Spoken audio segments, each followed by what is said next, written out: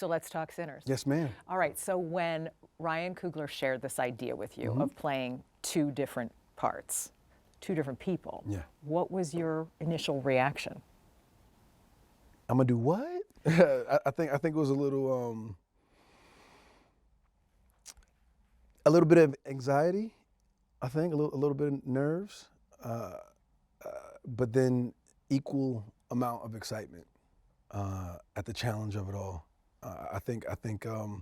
I've seen twins portrayed on screen before by the same actor. Some have been amazing, some maybe not so much. I think getting the right technique down of how to actually shoot it started to run through my head. Okay, how are we going to do this? And I think that's something that Ryan also knew was going to be good for me, which is a challenge and to kind of push me out of my comfort zone. And this was the hardest thing that I've ever done to date. And it allowed me to imagine the best version of it, but then also the excitement of figuring out, okay, how do we problem solve? How are we going to get this done? What's the technicality? How are we going to get into it? I had all these questions, I had all these ideas, and we just kind of took a pause, took a moment, and really got back into the foundation of like who are these brothers? You know, what are the dynamics of an identical twin? There's such a unique, specific relationship that only exists between identical twins that are very, very special. Had an opportunity to talk to a lot of identical twins, and it was very informative. And they're kind of like celebrities in their own right, you know. Like no matter what town you go to or wherever the twins are from, they're known as the twins. The twins. You know? People know them when they're in the supermarket and they're walking in the street, and you do get a double take. People look like, okay, did I just see what I thought I saw? Okay, it is two of them, right? I'm not going crazy. So there's a little bit of that celebrity, I guess, that comes along with being an identical twin that we wanted to tap into in this movie as well. So going back to the original question, I think when you first told me, the overall feeling was this is something different for me, and I'm really, really excited to kind of dive into it and just get to it. You like a challenge. I love it. I like evolution. I love trying to find my limits and boundaries, and whatever those boundaries are, pushing it, breaking those boundaries. I want to talk more about that later because that's fascinating, Okay. but I want to go back. You said so much of who we are comes from our childhood. Yes. So I want to talk about your childhood just a little bit. Okay, let's get into it. Your mom, at the advice of someone in the dentist's office, I think it was, started you on modeling when you were young, but you didn't think you were handsome? I think that, yeah, kind of accurate a little bit. I think my mom has lupus, and I used to go to her doctor's appointments with her, and the receptionist there had two boys that was modeling at the time, and I was maybe like 10 or so, 10 or 11, and she was like, yeah, you should bring your son to New York and go on some of the go-sees and for print work and stuff like that, and my own personal opinion, I'm like, modeling wasn't something in my mind. It was the first thing that came to mind as a kid. And yeah, I started booking roles pretty early. I think my first go-see that I went out for, I ended up getting, it was like for like a Frito-Lay commercial. Like, those old, they probably still exist, but like the chips that came in the long pack, and you had like the different brands of chips, different flavors, stuff like that. But they had a little point system on the back that you would collect them and you would send them in, and then that little booklet you could pick the toys and stuff that you want. In that booklet, I was like one of those kids. Oh, and stuff one like of the that. kids. Yeah, I'm sure you guys will find it somewhere, and this is where it'll pop up on the screen. Some embarrassing photo of me as a kid. Your mom was thinking this will help us pay for college? I think it was just, I think it was an early. I don't have any children, but I think it's as you're at that age, you're nurturing a child's ambitions and wants and things that they're good at to see what takes and what doesn't, and yeah, I think earning a bit of extra money around the house was definitely helpful as well, and yeah, one small success to small success, and one stepping stone to another stepping stone, it became something I fell in love with over the years, and became a career, and something that I kind of never looked back on. It just kind of been something I just ran with. Was there a moment when you realized, oh, I like this, I think I want to do this for the rest of my life. Maybe not the rest of my life, but it was definitely a moment where I realized I'm falling in love with the craft, and I think that was on The Wire. I think that was the time. It's David Simon's show on HBO, and that incredible cast and filmmakers and storytellers, and I was the youngest on set, so I had a lot of uncles, big brothers on set that took me under their wing and gave me encouragement and helped me, with the craft. Never went to any traditional school or, acting classes up until that point. It's kind of been, my work has been my experience, my classroom. And what a classroom that was. what a blessing, right? Definitely. And I remember not feeling like myself and like just really, I guess the first time being lost in a character, like really not just, reading the lines or whatever it is. The first time I actually, oh wow, this is like a, I don't feel like me, being lost in a character. And I kind of been chasing that feeling earlier on of like, okay, man, I want to do that again. Is there another opportunity? And that kind of gave me that bug, I guess, of acting. That feeling of being somebody else, being lost in. Yeah, or just portraying, of storytelling and making it believable, and I guess, and wanting to do a good job at it. I was always looking around on set of what everybody else was doing. I love, from the boom operator to the camera operators to, the DP to, the PAs to just all the people that were involved in the production. I always found fascinating, which, I guess fast forward to now was my love of directing, and storytelling and just kind of, it was the early stages of like nurturing what that would be like. You were soaking that up from the beginning, looking at what everybody was doing. Never not knowing it was knowing going to turn out that you were going to be a director.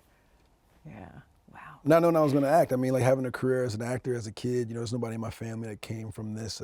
I guess that looked at it as a potential career. I think once I didn't go to college and I decided to move to California and pursue acting full time, there was no turning back after that one. Your dad, not a showbiz guy, Marine, his reaction to your wanting to do acting as a career? At a young age, right around in the beginning, I don't think there was what parent at that age, not many, I think would, coming from that era of degree education means, security, a job, and some type of livelihood, a craft, or whatever it may be.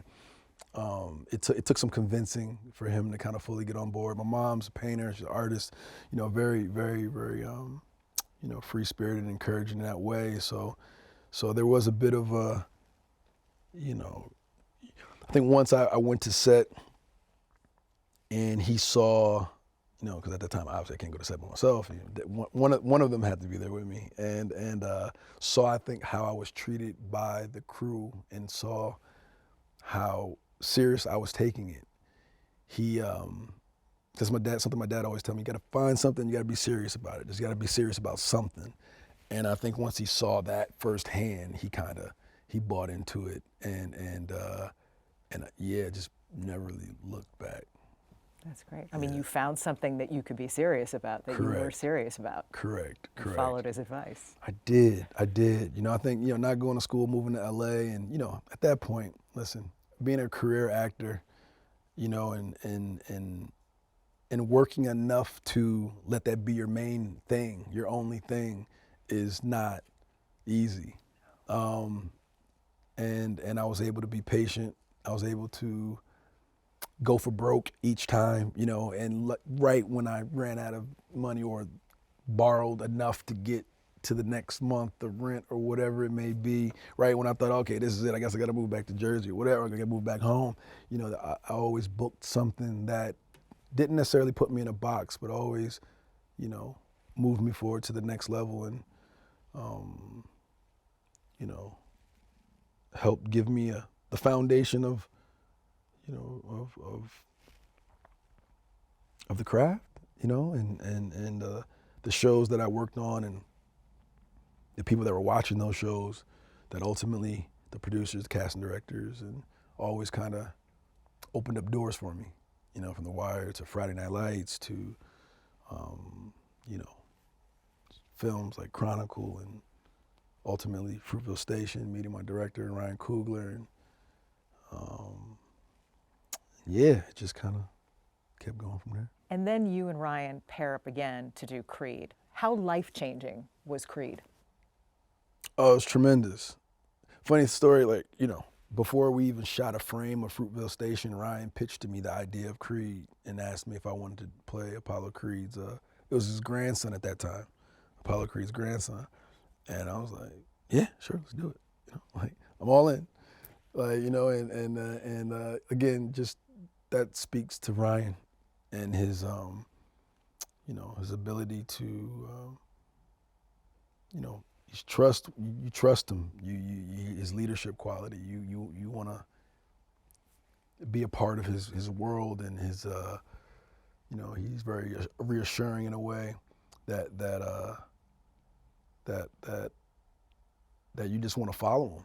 You know what I mean? Like, yeah, let's do it. And yeah, so like doing Creed, so many different levels. The first time I transformed my body, learned a skill that I continue to do today. And You still box? Yeah, it's a part of me at this point. And working with the legendary, Sylvester Stallone, and being in the studio system in that type of way, and just learning a lot, and then learning through Ryan also, seeing somebody who his first film in Fruitvale, first feature, and then, leveling up and doing a spinoff to a franchise like Rocky with Creed, and then it was a huge moment for me. And it allowed you to level up too, because then in Creed 3, you're the director and the star. Yeah. It put me on that path of, well, up until that point, it was the only character that I played, multiple times. Usually, you're a character, besides television and episodics where you're coming back, from episode to episode. But as far as a film, from movie to movie, being able to come back and play that character again, the time in between, there's an ownership even more, and a desire to, and opinions of where the characters are going, and what's interesting to you as a storyteller you're finding out, and where you want to put the camera, and what is a cool shot to you, and how this is shot in that, and et cetera, et cetera. So yeah, that was leading up to Creed 3. That was the moment that I knew it was time for me to step behind the camera and tell Adonis' story. That's great. Mm-hmm. So for that particular series, it seems like it's okay to have a little bit of Adonis with you as you move through life. But I'm thinking about Black Panther. Was it hard to shake Eric? Yes. Yeah, each character kind of lives with you. They don't go anywhere. They're there. Some piece of that character it's a blurred line between yourself and the character, for me anyway. And with Killmonger, with Eric, it was a complex, layered antagonist. I don't look at him as a villain. I look at him as an antagonist in a way, because I think you understood him a bit. He was the other side of a conversation. I think him and T'Challa were a lot alike. They both cared about their people deeply and would do anything to protect them. I think they just had two different approaches and strategies and mentalities around it all, shaped by their childhood trauma. And Eric didn't really know a lot of love. I think Eric didn't experience that. He had a lot of betrayal, a lot of failed systems around him that shaped him, and his anger, his frustration, and looking at history and how it would seem to always repeat itself, and how was he going to break that cycle. So for a while, in preparation for that role, I didn't really speak to my family that much. I was kind of isolated a bit. I went into my hole and tried to live like he would have lived for a bit, whatever that process was. And afterwards, after the movie, it stuck with me for a bit, and went to therapy, talked about it, found a way to kind of just decompress. And I think at that point, still learning that I needed to decompress from a character. Again, there's no blueprint to this. There wasn't a lot of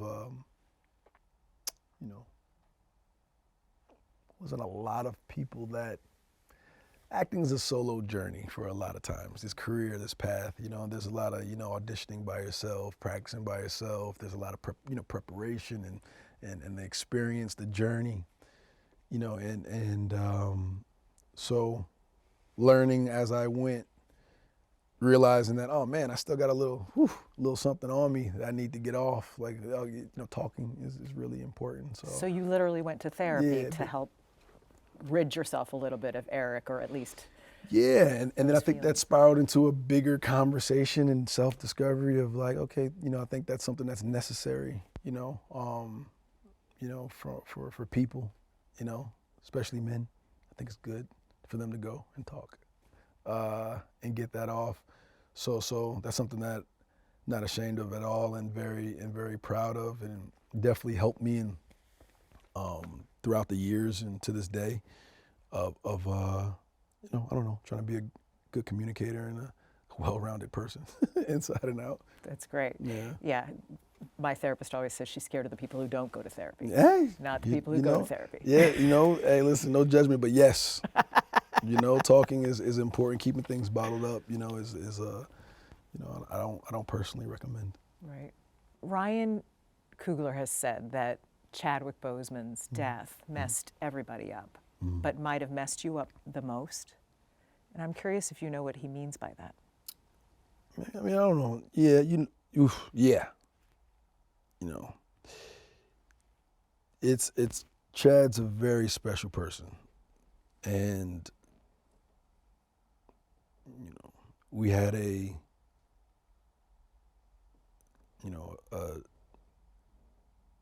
very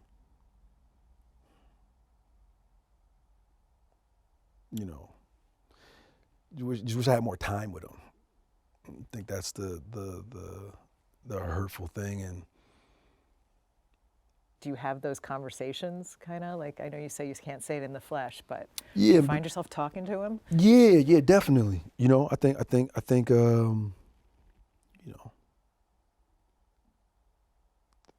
there's he's in a place of higher understanding now. So the saying of they know my heart. He knows my heart, and he understands. And I do speak to him, and there was a moment, bringing it back to Sinners. Like, there was a moment where Ryan was early in production, maybe like maybe like first or second week or something like that, and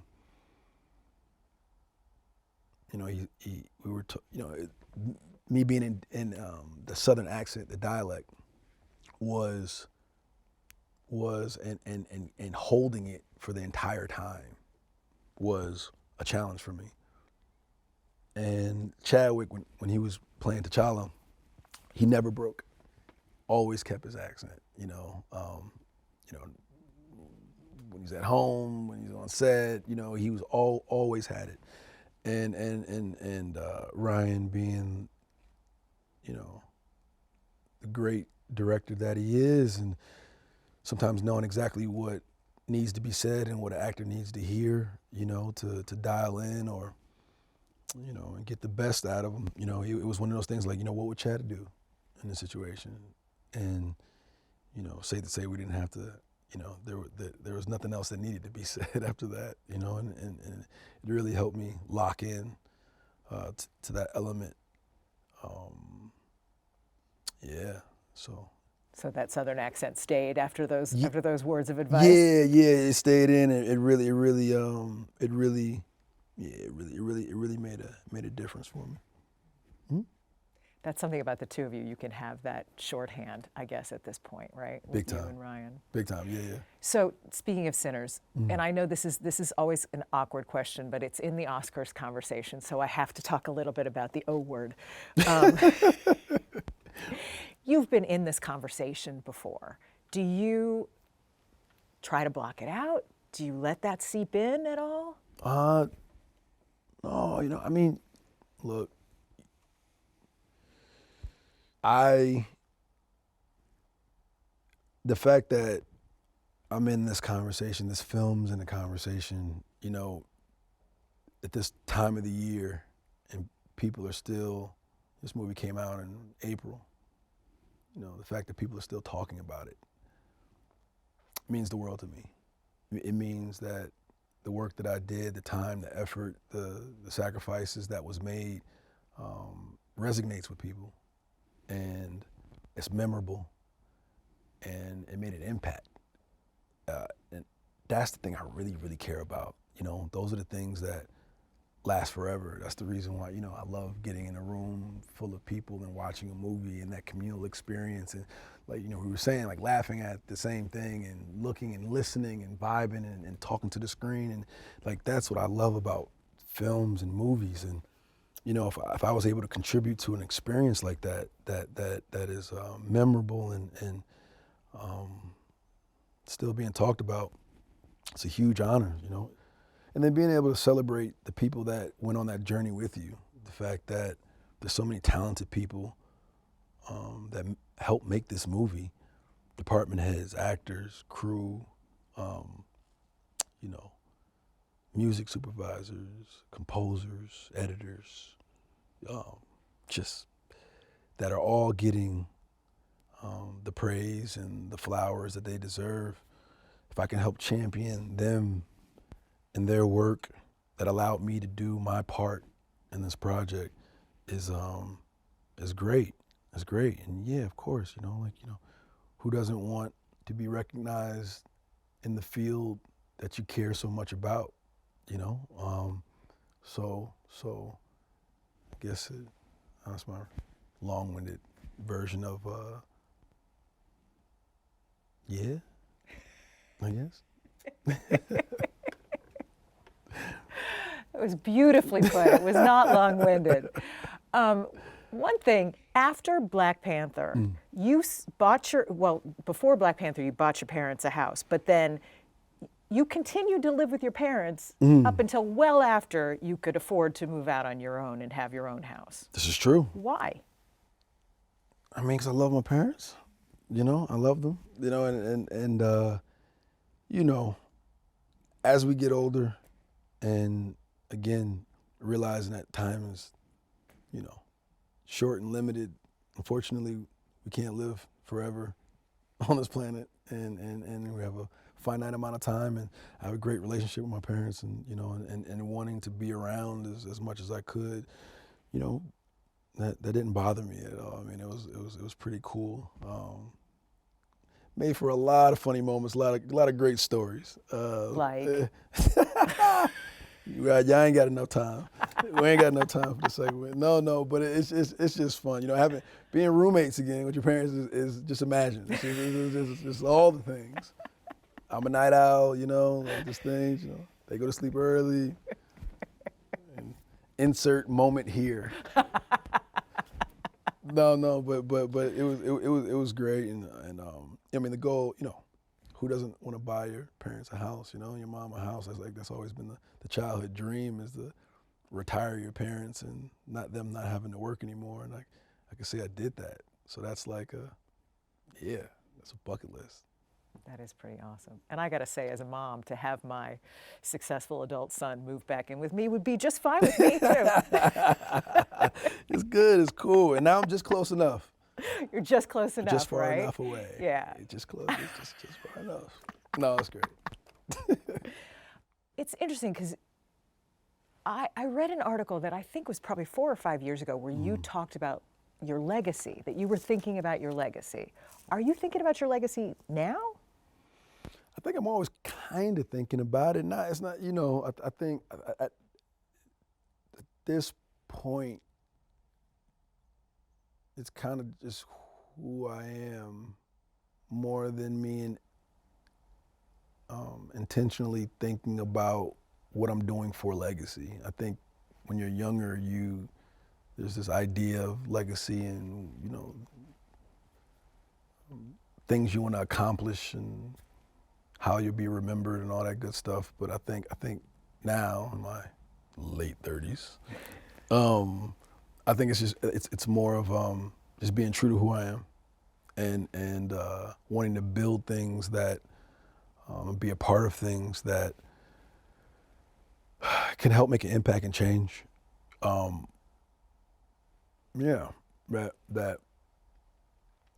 That's around longer than our physical bodies, and how do you help? You're remembered how you help people, who you help, who you put on.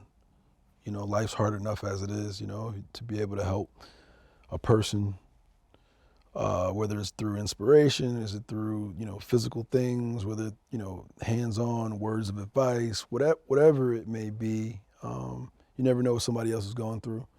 And so to be able to be a contributor to humanity, I think is fulfilling to me and excites me. So I've been lucky enough to do that through things that I love to do, and that are, not a lot of people get a chance to do those things. So that's a blessing that, in a moment, an opportunity I'm not gonna let pass me by. So I try to squeeze every drop of life out of this thing in moments. And at the same time, disappear and just, just go be in the back somewhere and just observe. You like to do that? Yeah, it's just like, it's I like to get out the way, not always be in the lights. You're clearly a very mission-oriented person. Thanks, my dad. It's from Dad? Probably. Yeah, get that side for sure, but yes. That makes sense. Yeah. Do you feel like you've sacrificed any of the joys in life because you're so eyes on the prize? Yeah. Yeah. I think, yeah. But then you make up for it in other ways. I think there's definitely a cost that comes with the discipline, I guess, and the things that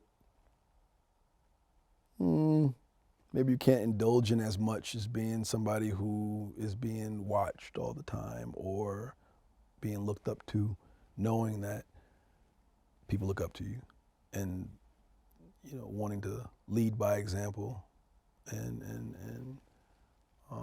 not by talking, but by actually doing, that you don't partake in certain things, or, in certain places, or, whatever. So yeah, there's definitely a cost at it. But it comes with other things that make it worth it. Like buying my mom a house. Like being here talking with you, having this moment, so these are the moments that when you're by yourself and you're alone and you're, whatever, it's like, look back on. It's worth it. Mm-hmm. So you grew up playing sports, right? I did. Was the name Michael Jordan a problem? Big time. Oh yeah, it was I got teased so much to the point where I almost changed my name. You did think about changing your name? I did. It was going to be Bakari Jordan. Your middle name? Yeah, my middle name. Yeah, I was going to change it. And I was like, my dad's name is Michael Jordan. I'm named after him. Like, I was like, and obviously my dad is older than Michael Jordan, Jeffrey Jordan. So, but that just comes with a lot of talking and explanation. But as a kid, playing sports, playing basketball, playing whatever it was at the time, and kids, I got some. And what would they say? Oh, you think you're Michael Jordan? That verbatim. Kind of. Yeah. Yeah. Exactly. Exactly that. Not too creative. but yeah, it was a lot, but it gave me a healthy chip. Like it definitely made me want to be competitive and be good at. I wanted to be great at something. I didn't know what it was at the time, but I wanted to be great at something. If not for nothing else at that time, just to like feel like I had my own identity, in a world that was so, that MJ was Mike, understandably so. But there could be another Michael Jordan. Exactly. who could make his mark. Correct. And that definitely, that was a part of the alchemy, I think, that made me who I am today. That's great. Okay, this is a woo-woo question, but I'm going to ask it. Bakari means noble promise. Yeah. Do you feel like you fulfilled that? I feel like I'm walking in that. Yeah, I think I try to, you know, I walk in that light. I think names are powerful. And yeah, and we'll continue to do so. Big time. Yeah. We got a lot more things to do. You know, we just getting started.